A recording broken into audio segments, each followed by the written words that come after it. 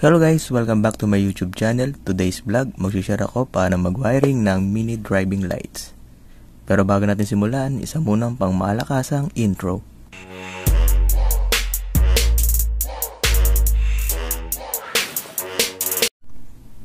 Alright, today's vlog guys, magwa-wiring tayo ng mini driving lights.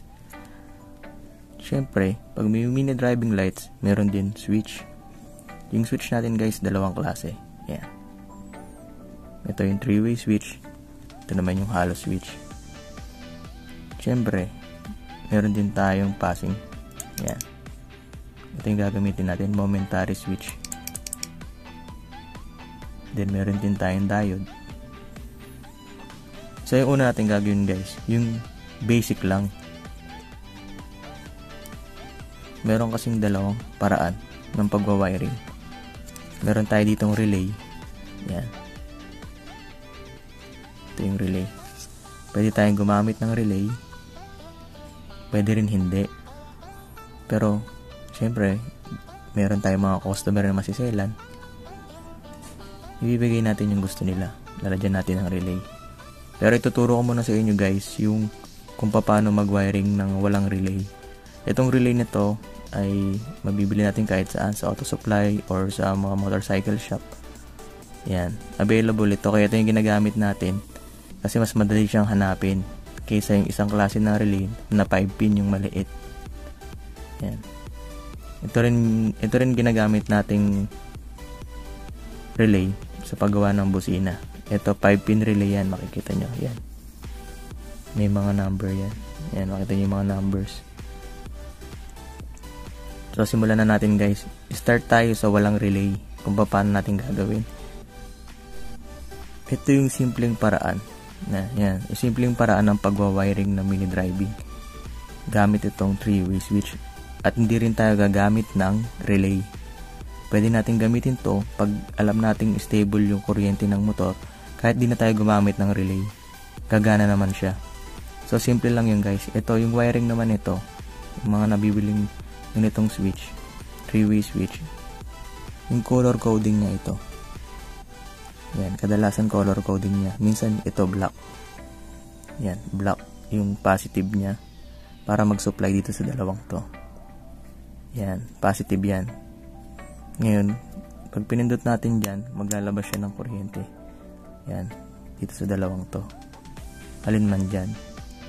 Pero wag tayo mag-base sa color lang. Gumamit tayo ng test light. Or testing muna natin para malaman natin kung saan natin padadaanin yung kuryente at saan yung output niya. So, ito kanina, binalutan ko na para mas madali. Ito, yan. Bali, ang positive natin dito itim. Tapos, kununin ko lang sa dalawang to. Yan. Kung saan lalabas yung kuryente na yan, doon na lang. Pero kung maselan kayo at gusto nyo pa rin may high and low, yan, kung saan dito nyo high or dito, pagpaliktarin nyo na lang kung saan nyo gusto ilagay. Then, ito yung wire ng low beam ng yan, mini driving. Then, ito yung high.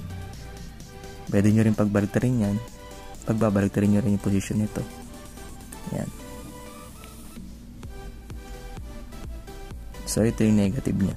Negative wire. Then, ito yung positive wire. Napakasimple lang guys. Yan. Ito yung high beam and low beam. Yan. Ganyan lang kasimple guys. So, ngayon, try natin pailawin. So, yan yung low beam. Yan. Then, ito yung high beam. Ganun lang kasimple. Mapailaw natin ng walang relay. Pero hindi lahat ng motor maganda yung output ng buga ng ilaw ng mini driving. Kasi minsan, ginawa natin walang relay, hindi stable yung kuryente, kumukurap din. Kaya mas mainam, para stable yung kuryente, mabigyan natin ng magandang kuryente yung mini driving, nagamit tayo ng 12 volts na relay. Diyan na papasok tong relay na to. So yan guys, ang una natin gagawin ay pagdikitin natin tong dalawang relay na to. Yan. Yan. Pagtapos natin pagdikitin, Yan, itong dalawang 30 na yan. Lalagyan natin ng wire yan. Yan, dalawang yan. Dito natin ipapadaanin yung positive. So, gagamit tayo ng wire. Yan. Color-coded yung gagamitin natin para hindi kayo malito. Yan. Meron tayo mga may kulay na wire dyan. Yan. Pwede nyong gayahin yan, guys. Pwede kayong gumamit ng pin. Pwede nyo rin erekta na lang at hinangin. Or pwede rin kayong gumamit ng glue stick para dikitan to. Make sure lang, guys, na sobrang higpit yung pagkakatali natin para hindi maglulus. Yan. Itong red wire, yan, siya yung magsusupply rito, galing ignition yan. Pinadaan natin sa susian. Yan, positive yan. Color coded yan, guys. Yan, sa 30. Yan. Ito yung negative. Dalawa yan, negative. So ngayon, kailangan na lang natin ng positive para matrigger. Ito, pagka nagkaroon na ng supply dito, o kaya dito, sa kabila, yan, for example, pumasok ang positive dito, magkakaroon ng output dito. Yan, yung red wire na to, ito yung wire para sa low beam, ito naman yung yellow wire para sa high beam. So ngayon, ito yung switch. Yan yung switch natin.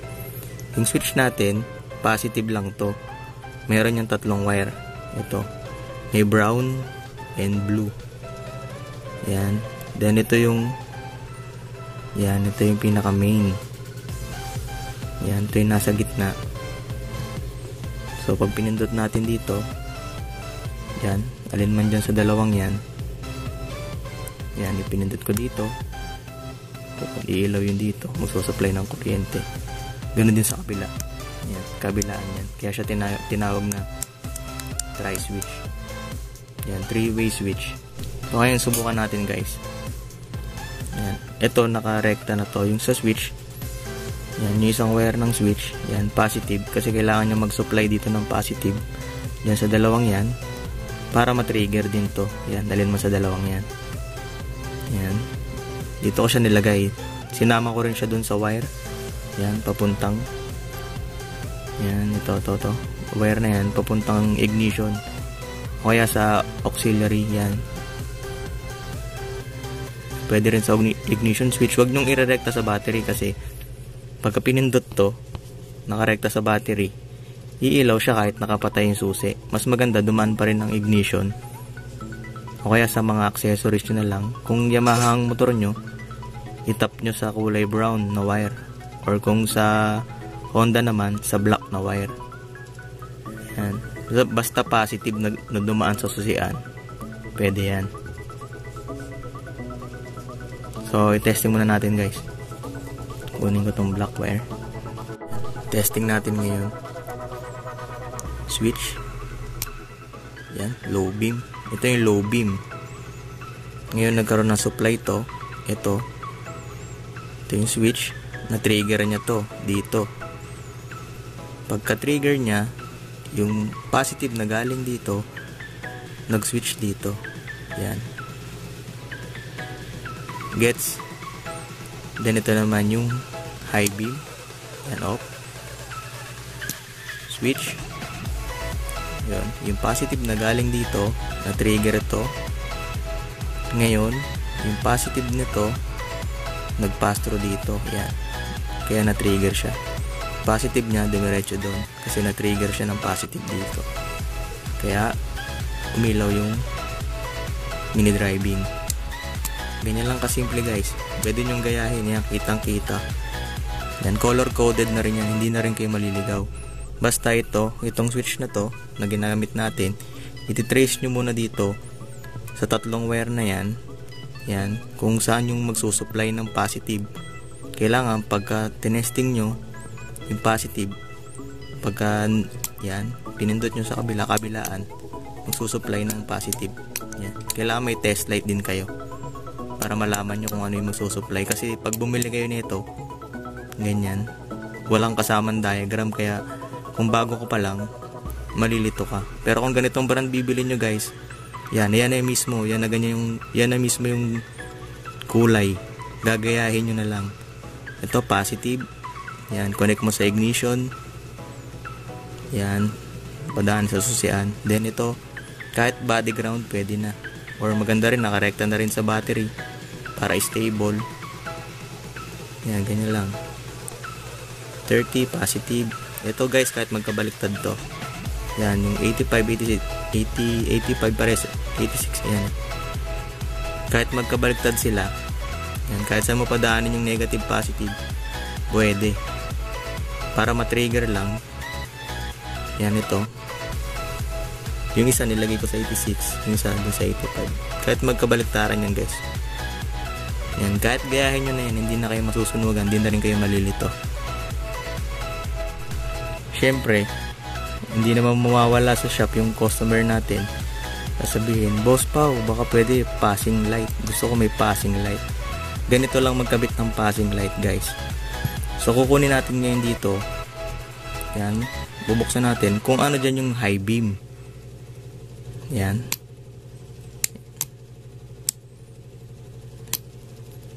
So ito yung high beam. Ito. Yan. Yung yellow, yan yung high beam. So paano natin gagawin ngayon yung sa mini driving na mayroon kasamang pass. So ganito guys, yan. Yung wire na yan, dalawang yan, tinap ko doon sa wire ng galing ignition. Then nilagay ko doon sa supply. Yan, makikita nyo yan guys. Yan, sa supply ng positive. Hindi kayo malilito guys, negative, positive, kahit magkabaliktad dyan, negative or positive pwede dyan. Ganun din sa kabila, negative and positive. Pag na-trigger ng positive itong relay, lalabas dito. Yan, matitrigger siya, lalabas yung positive na kuryente dito. Yun lang kasimple. Testing natin ngayon guys. Yan, naririnig nyo guys, oh. Gumagana yung relay. Yan. May passing light na rin kayo. Yan, iwasan nyo na lang ito madikit. Magkadikit. Yan, kahit naka-low beam yan, pagka trigger natin yung passing, automatic mag-change color yan. Mag-high beam yan. Yan. Yan. Kahit naka-off yung switch, pag nag-passing ka, papagana mo siya. Ganyan lang kasimple guys. Yan. Ito. Pwede mo nang gayahin yan. Makakagawa ka ng sarili mong mini driving. Yan. Wiring. Ganyan lang kasimple.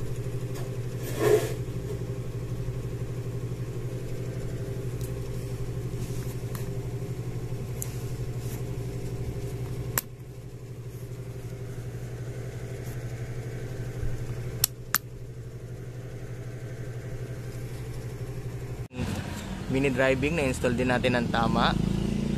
Ngayon guys, meron akong separate video tutorial para sa installation ng mini driving. Ayan.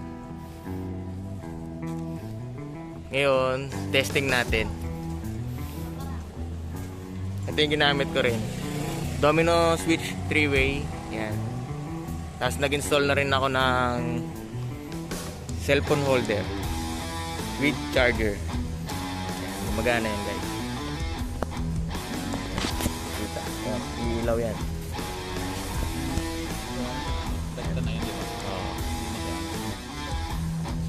Ito yung stock na ilaw niya.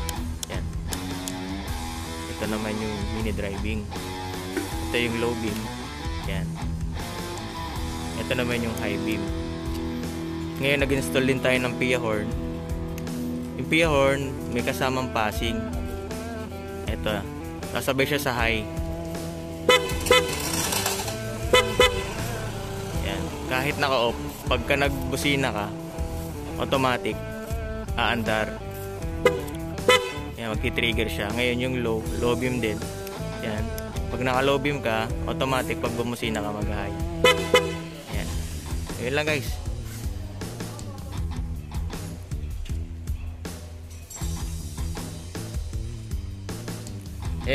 Ito po yung may-ari. Ay magpakita sa vlog eh.